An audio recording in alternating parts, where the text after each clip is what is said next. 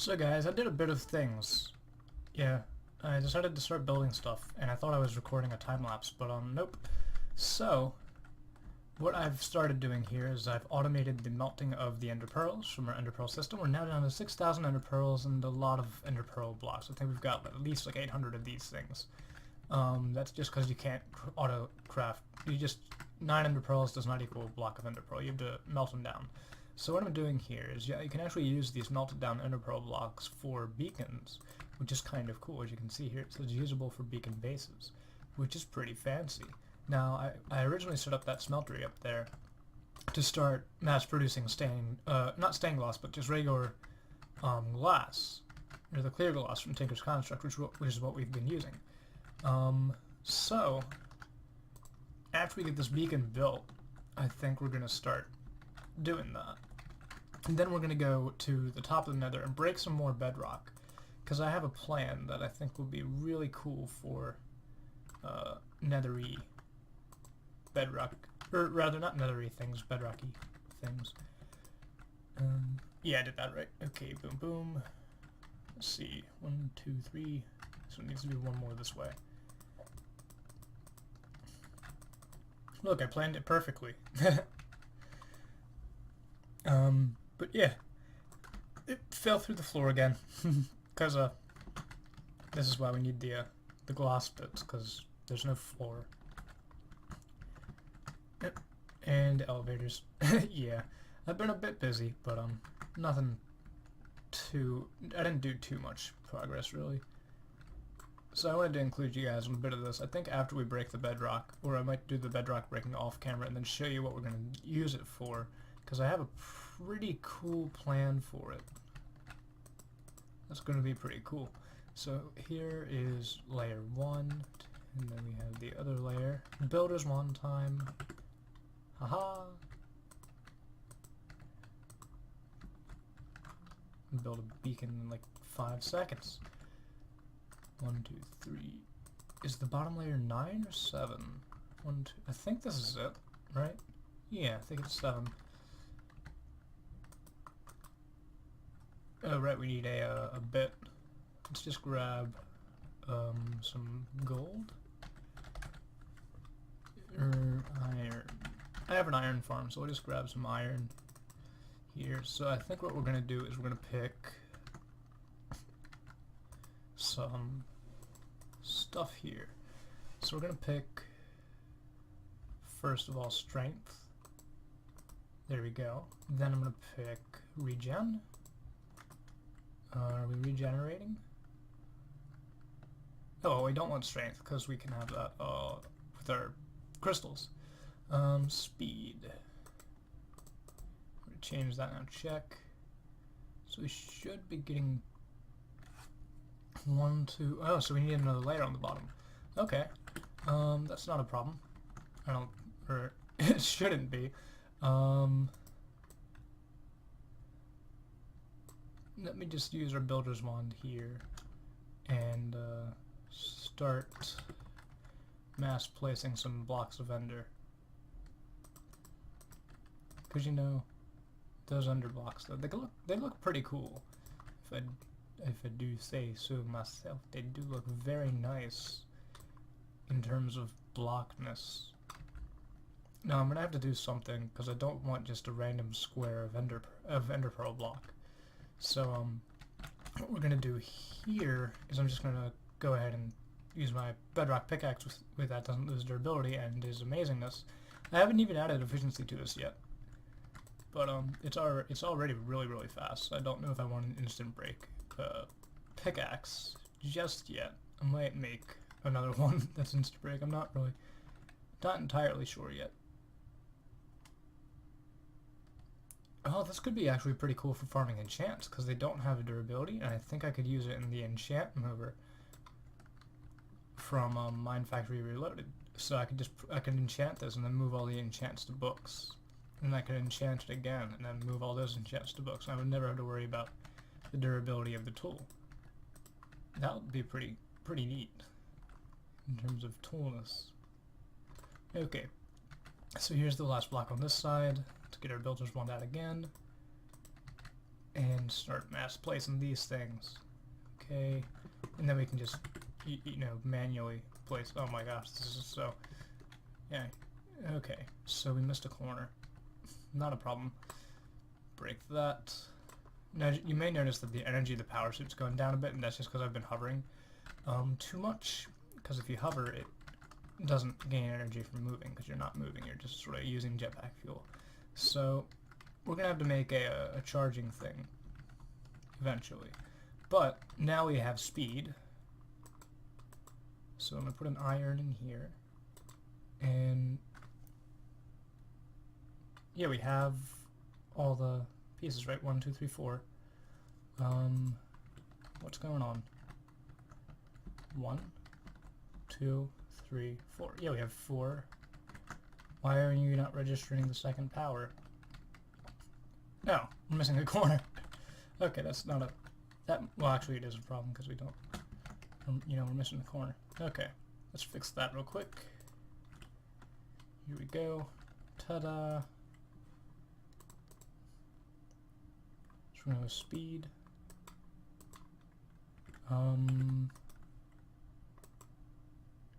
Check and oh, I can only pick one?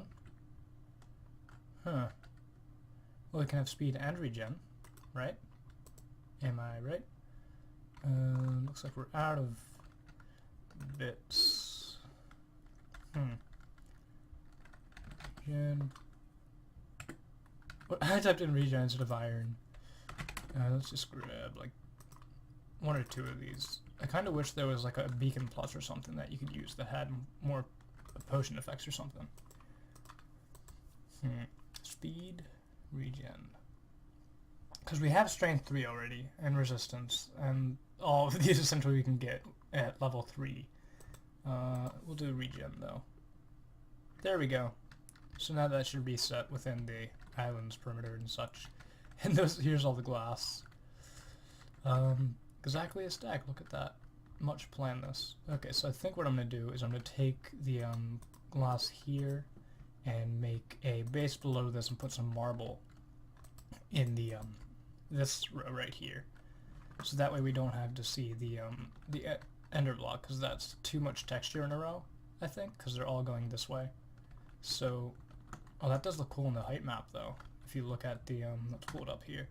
Yeah, that looks really cool. That is pretty neat. Can we zoom in? Oh, we can. That is really cool. So this base is looking really nice. I do like the way it's turning out, especially since you can see it now from like above and stuff. It looks really cool. So let's get rid of that. It's very cool.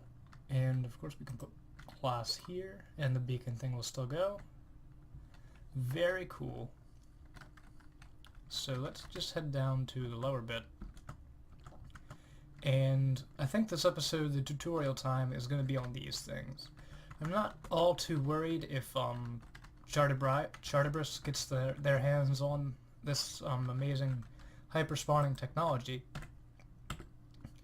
Mainly because if they do, they're copying me. Because, I mean, come on, there's no video whatsoever on this stuff, and I feel like you guys would be interested in being able to hyper-spawn stuff. So, right now, we'll transition to tutorial time later, but I think I'm going to grab out my bedrock stuff, head to the nether, and start breaking through that. But I did want to ask for you guys' feedback on this part over here. It's supposed to be like an arch, and it sort of goes out at the top. I think I need to flare it out a bit more at like this bit. But tell me what you guys think of it. I think it looks kind of decent, but it's not all too impressive. Because I'm going to copy that over here, here, and back here. But I just don't like it that much yet. If you guys have any ideas or want to submit like a video response, well, you can't do video responses anymore, but what you can do is send me, or just comment and say, hey, I made a video that has this in it. You know, you could check it out, and I will check it out. I promise. But yeah, so that's that, and I think we're going to go to the nether now and start breaking some bedrock. So I'll see you guys there. Guys, I know we're not at the nether yet, but I just wanted to show you this. This is our mob essence tank, and it's, wow. That's insane. That's 9,000 94,000? Yeah, 94,008 buckets of mob essence that this thing can hold. And it's almost full. We might have to build another one, which I don't want to do. But either that or we'll just have to deactivate the blaze spawner, because this thing is insane. I will definitely show you guys a tutorial on this, because this is crazy. Crazy stuff. But yeah, off to the nether. Okay guys, so we're back in Age 3. I tried breaking the bedrock ceiling in the nether, but it did not work. Primarily because I tried to use a cow power setup there, and that used... I set it to that. And redstone energy conduits can't transmit this much energy for the 2048. So actually, the only way you can transmit this much energy within thermal expansion is by hooking this up to a tesseract.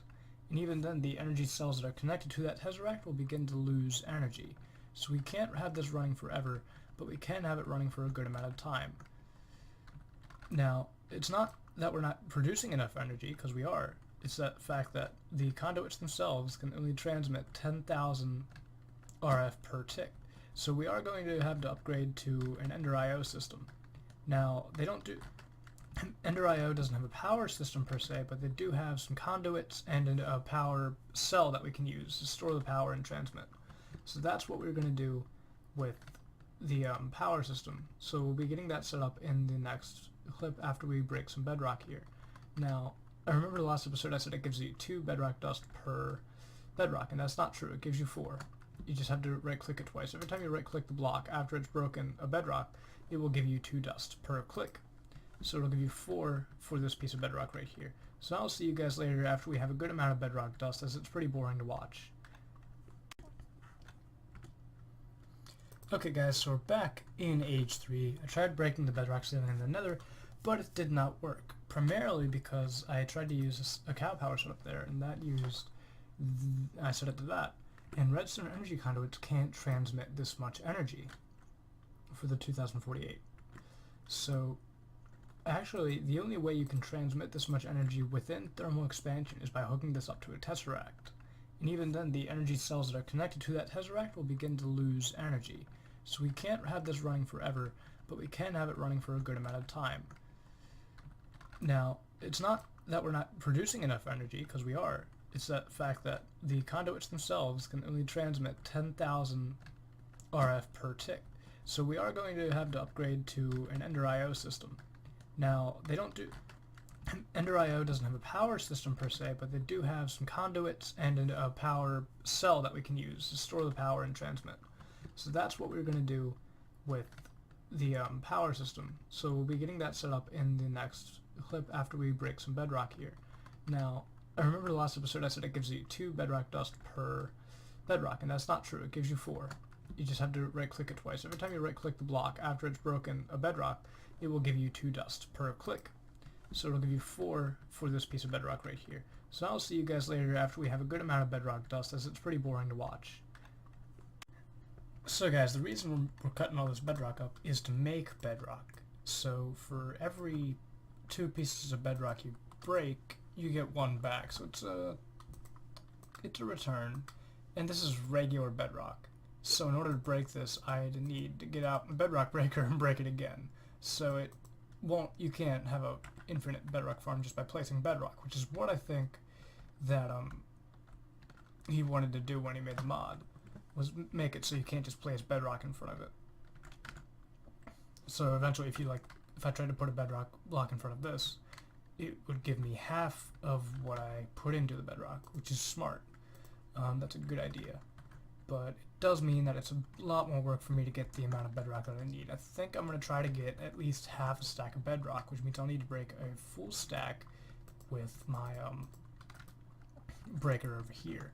And since it can only do about, I think it's either 4 or 5, I'm not entirely sure, pieces of bedrock in front of it, I'm going to have to place and replace it about 32 times. So it's going to take a while. But I think with the bedrock dust here is that I can actually uncraft the bedrock as well if I make too much of it, which is perfectly fine. So I can make as much of the bedrock as I want, because it's craftable, and we have an uncrafting table. So that's probably what I'm going to do with it, and then we'll work on making the thing I want to do with this bedrock. Okay guys, so I've come up with a design for the machine, per se, that I want to use the bedrock for. And it only needs 9 pieces of bedrock, which is pretty good from the original stack or so that I originally thought it might need. But yeah, so this is almost done doing this piece here, in which case we'll have 8. So then I just need 2 more pieces of bedrock, which isn't that hard. If you're wondering how I am moving the power around, I'm using these bevel gears right now. Hey, look at that iron. But yeah, these bevel gears are pretty neat. They allow you to change the corner without you losing any torque. So if I were to use like a shaft gear, I'd lose some of the torque and speed and not be able to power this. So since I've been using the bevel gears, I've not only been allowed to change the corners of the thing, but I'm losing absolutely no power with this, since they are lossless. Anyway guys, I'll see you after this is done, and then we will start tutorial time for the mob farm that I have designed.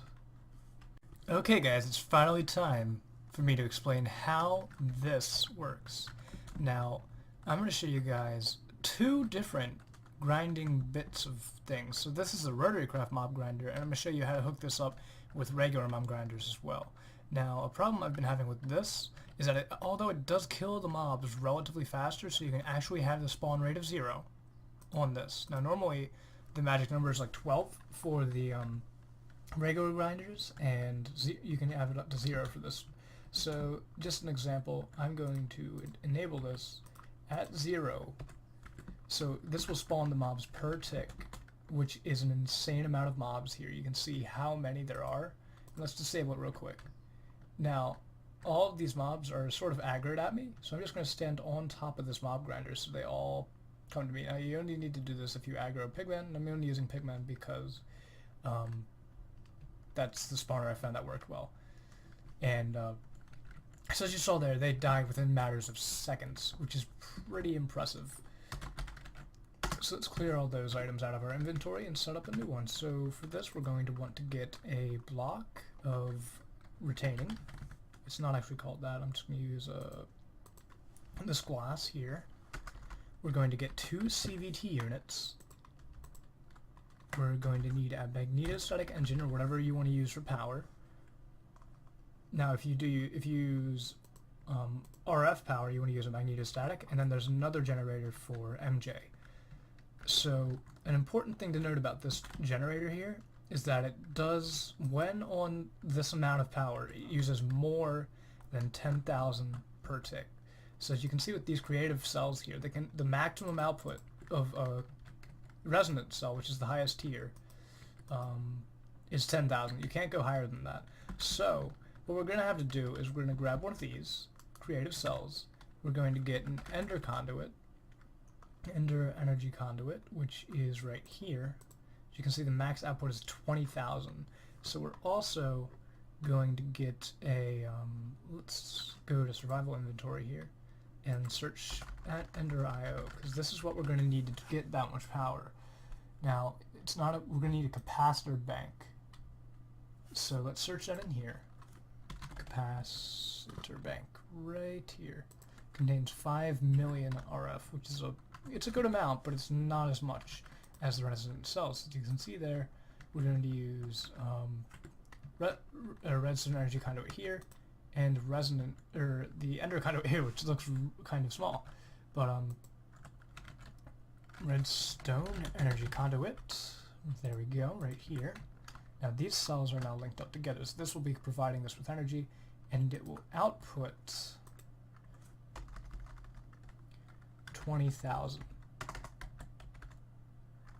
Okay, this is strange. So we're gonna have to look into this, and I'll be right back. Okay guys, so I found the capacitor bank here. Now, the capacitor bank can actually be a multi-block structure. So we have, now since the normal output of this is 1,000, just for one block. For every block you add to it, the output increases by 1,000. So if you have 2, it'll be 2,000, 3,000, etc. So right now we have 32 of these blocks. So we can output up to 32,000 RF per tick, which is a lot. Now, I haven't found anything that can produce that much, but this can definitely store it, and it's not losing energy outputting to this, which means that I think the internal buffer of this is actually the problem here. Now, it's not going to drain your energy unless you have about. Let's actually test this out. So we've got this here. Let's get these sheep out of the way because they're getting annoying. And then after we get this figured out, I will explain the mob grinding to you guys. So we got this here and this here. Let's switch these all the way up. So as you can see, they fill up relatively, really fast with these ender energy conduits. But it seems that it's still not draining energy, and that would be because I have multiple things here. So if you just have one input, so let's do that. Let's just set up a one input, and of course we're going to do multiple outputs, so it should be draining now, although it's not. Interesting, because this is, even though it's not powering anything, it's still using the RF. So this is very neat. I don't know if it's because I'm in creative or I don't really know exactly why this is happening. I guess that all three of these they're just not using 10,000 like I first thought. So yeah, it's just the internal buffer of this. So once you start linking the grinders on here, there has to be something, because my system started to lose power, so it has to use more than 10,000 RF per tick. So let's link up another one of these. So I'll show you guys how to do this. We're going to want one CV. Oh, okay, that's it. Spawner, go away. Use a sheep spawner to test that. Let's get rid of these and do the time set day. Okay, sheeps. Let's get out of here, please. You're not. No, get off the technology. Okay, sheeps, please. Okay, so we've got. You need 2 CVT units here. Now we're going to use our screwdriver from Rotary Craft. The word wrenches don't work on this. You have to use the screwdriver. Now, you can't craft these in a regular crafting table either. These have to be crafted in a Rotary Craft workbench, because they're Rotary Craft machines. Now, some of the parts for these machines can be crafted in a regular crafting table, but what we're going to need now for these are belts. So a stack of belts will fill up one and 2 of these with 2 belts to spare. So you can notice here that it says lubricant here, and there's none of it. So this doesn't need a constant supply of lubricant, but it only needs 1 bucket for each. So let's set up those. We got a bucket of lubricant here, bam, bam. So now these both have lubricant. Now this is a neat block because you can adjust it for speed and or torque. So for the bedrock breakers, what I did is I set 1 for 32 times torque and 1 for 8 times speed. Now that provided the minimum amount of torque it needed and some extra speed to make it go a bit faster, because the default time for the block breaker is 30 seconds. So I have that speed by adding speed on here. So the spawner controllers need a lot of speed. They're going to need about 1 million, 1 mrads right here. So 1 million radians, or whatever rads stands for. So radians is a distance from the outside of a circle, so it's not that. So the minimum I found that actually supports that, this is a dynamometer. Okay, it's not my fault that he made these hard. So this will display how much you're creating. So if we switch this to 1 times torque there, you can see the amount of speed it is producing is a lot less. So let's switch this to 16 times speed again. And we're going to put a spawner down here. So we're going to do spawner, no, that's not how you spell spawner, guys, come on. Sorry about that. Spawner. There we go. So we're going to choose through let's spawn pig zombies. So we got here, and we're going to need a spawner controller. Now, all of this stuff is craftable in the workbench. I recommend you craft a Rotary Craft handbook right here, and that will explain pretty much all of what you need and how you need to craft it. There's also the NEI, which the NEI also shows you how to craft it. The handbook shows you how much power it needs. Now for this one, it has a minimum power, and it also, the power represents the amount of tick delay. Now, this will spawn them every 800 ticks, or every 0 ticks. So that's going to create massive amount of spawns here. So that's typically not what you want, because the only mob system that can handle that is this one here, and even this one has some problems. So we're going to want to switch that to 12 for the grinders to work. Now, the one thing I do have to stress is do not use this on 0 without a way to kill these mobs. Especially if you're using one of the spawners from one of the dungeons, because like the Enderman spawner from the or Pigmen rather, because they'll just follow you and annoy you the whole time. But let's just get these guys to come in. I gave you an opening, you silly guys. Okay, there we go. Yep. But if you don't have a way to kill these things, they'll just pile up instantly. It's just too many mobs for the game to handle, and you will crash your server if you don't have a way of killing these things. Now, a really fast way of killing these is with this grinder here. It kills them in one shot, like every time they're over it, which is really, really effective. Now, the power of the grinder, let's just head down here. Now, this grinder doesn't give off mob essence like the regular grinders, which is why I don't prefer it as much. But all you need to do is power it with a shaft. For this one, I think I used a one by bedrock shaft. And okay guys, so that explains the power of the spawner. Now we're going to set up the mob grinding system. So for this to work with the regular grinders, you're going to need 4 of these. So you're also going to need a bit of frame rate lag. Okay, so we're going to set them up here, and we're going to want to turn them around with a wrench.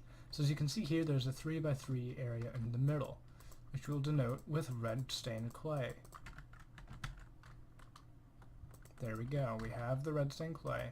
So this is the area that the grinders can work in. You can't upgrade these like other Mine Factory loaded machines, but they produce mob essence and they require energy, so it's pretty useful. So let's just grab our wrench here. Wrench. I don't know why I'm getting such bad frame rate lag. This is kind of not good. So let's turn these around. And you have to be able to output mob essence, input energy, and output the items from the mobs. So we're going to need some impulse item ducts, because regular item ducts will get clogged up. So to make these, you just put glowstone into a magma crucible, which melts it, have that import into a fluid transposer, and then, of course, take the liquid from the fluid transposer, and we'll just put item ducts into the fluid transposer slot. So we're going to want to switch these to output, which is the red arrow that's pointing out, like so. And if you want to be really effective but costly, you can use 4 different ender chests, or you can simply just use 1. Now, what I did in my system is I used 1, and I linked these all together by putting connecting. See how these are here? So now these are connected. I just went underneath the platform like so, and connected them in the center. Now, for my storage system, everything's connected to a single ender chest for importing. But we'll get into that at a later tutorial time. So here we go. We're just going to link this together, put an ender chest here, and you want to make sure that the arrow pointing into the ender chest is the blue one.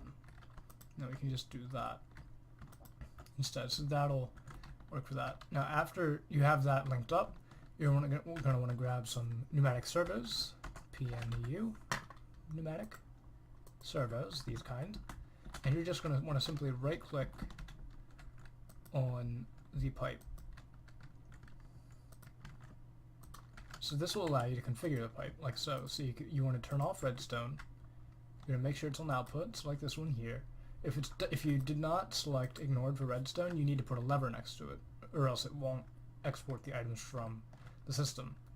You don't need to install a servo to put items into a system, and if there's a servo already installed, it will give you the message that there's already a servo installed here, so you can't waste them. You also get the servo back once you break the pipe. So that should solve all the questions there. So now we're going to want to get some fluid ducts right down here and connect these. So the same way we connected the other these here. Now, there's multiple ways you can transmit things. And in fact, if you want to make this really effective but expensive, you can connect all of these to a tesseract, which will transmit fluids, receive energy, and send items. So you want it to send fluids and items and then receive energy, and you can link all this up to a single tesseract, which is pretty space effective. So that's what we're going to go with now. We're going to go with the space effective thing. So we're just going to grab a tesseract here, and I'll explain how those work as well. So we're going to connect that here. Then what we're going to want to do is put the fluid ducts so that way they connect on the sides where the item ducts aren't facing. So to maximize space here, what we're going to do is we're going to take another fluid duct and combine it with this system here, so that way only one side of the tesseract is being used. So now what we can do is we can take the... Okay, so this isn't space effective. Let's fix that. So we're going to take this, move it over, here. Now this is using a tiny bit more space, but all in all, it's using up less space around the tesseract, because the less space you have, the less space you have for maneuvering, which isn't always the best thing. So we're going to connect all the fluid ducts on this side. So since we have those two connected, we're going to want to connect this over here to that pipeline. Now as you can see here, what I do with the fluid ducts is sort of impeding on that, so we're going to have to move this again. Now wiring 3 different pipe types together is a bit difficult, so we might switch this so that way the fluid ducts are on one side and the item ducts are on the other, which would be better to do actually, yeah. So we're going to put the fluid ducts all on this side of the system, and then we're going to have the item ducts on this side over here.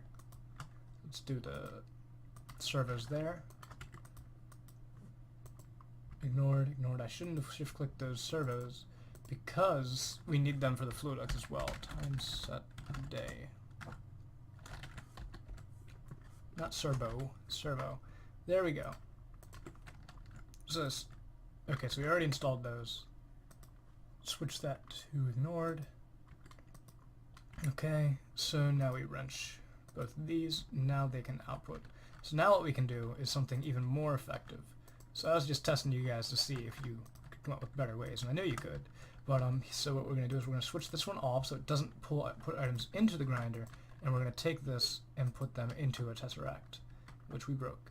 So the tesseract is now directly under the center, and we can do the same thing by connecting fluid ducts here to the center of this, and these will all output mob essence, and we can put them into the grinder here.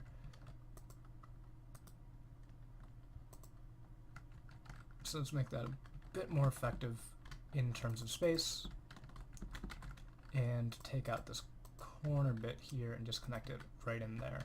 So we're also going to want to switch these to output, because right now, even though there's no blue arrow, they're still on input. So we're going to want to switch these to output and install servos here, and here. I did it again, didn't I? That's not much of a problem. Okay, so now that we have the items being pulled out, we're going to want to connect the energy. So what we can do here is, that's why I left the space, actually, let's see.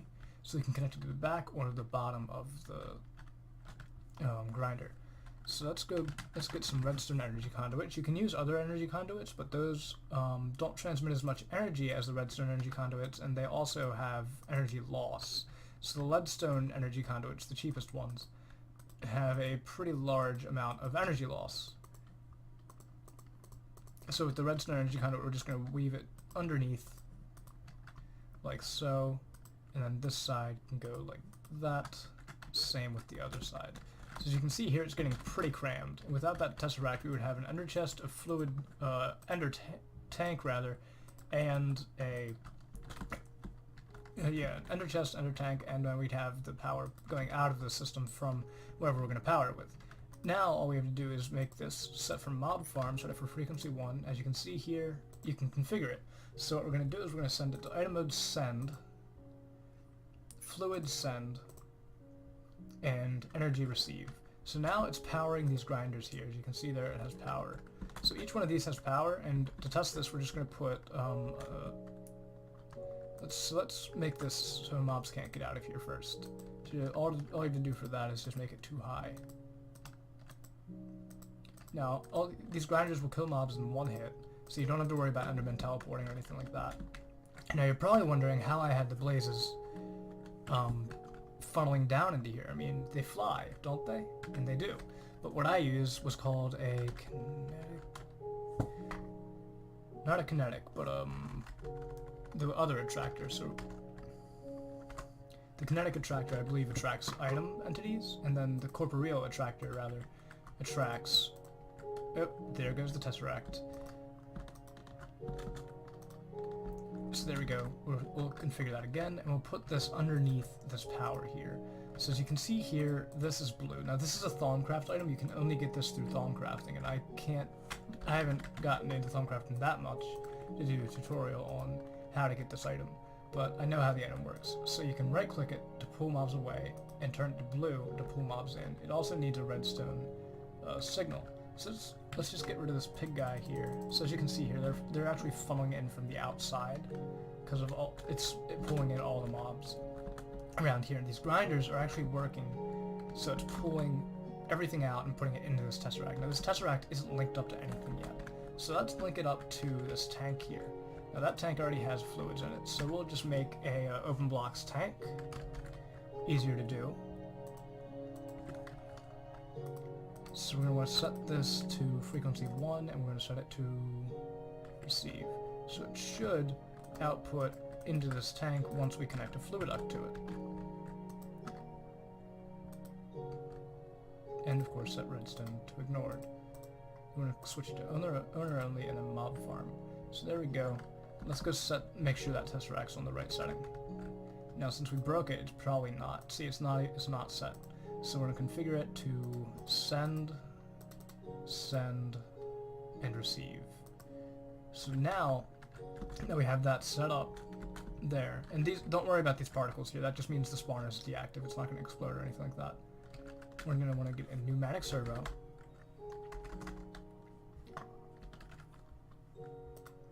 Hook it up to this, and then you're going to want to do the same thing and hook the Tesseract up to an item duct as well, and then have that to wherever you're storing the items in. So that should cover most of it, of how the system works, rather. So we don't need another Tesseract. Let's just redstone, ignored, there, and it should send frequency. Let's switch this to public, actually. So the different security settings allow you to pick which ones you want to set this up to. So let's make sure this is set to the right setting. These pigmen down here are going to get in the way a bit. So it's on public, redstone's disabled, configuration, send, receive. So we should be getting fluid, known as mob essence, in this tank. Tank is up. Okay, there we go. So we have the mob essence in here, you just can't see it yet. So if we were to say get some spawn eggs. Now you also want to make sure that this is a flat area, so we're just going to put a tank here for the time being. So let's spawn some mushrooms in here. As you can see here, there's little particle effects from the Thaumcraft thing pulling them to the center. So that's what would happen to the blazes. They'd be pulled to the center into the grinder and then be killed. Now the reason you can't have them on 0 is because the grinders have a delay on them, so they don't kill them instantly like the one rotary craft mob harvester does. But if you want mob essence, these are the things to use. With the rotary craft setup, if you want to kill them instantly and then transfer the liquid XP, I haven't found a system that can transfer liquid XP relatively quickly yet. We're just going to use this for now. This is also set to mob farm, which is probably why, actually, so this should be filling up this tank here. So you can see here this tank has a bunch of pigment underneath it and liquid XP in it. So you can see there the liquid XP is actually pouring into the tank from that Tesseract. So this system here is slowly draining the XP from these tanks here. As you can see, they're draining. They're going into the Tesseract and into this tank over here. So I hope that solves all your questions about the mob hybrid spawners that I've designed. If you have any questions left, be sure to leave them in the comments, and I will answer them as quickly as possible. So guys, let's go back to the episode.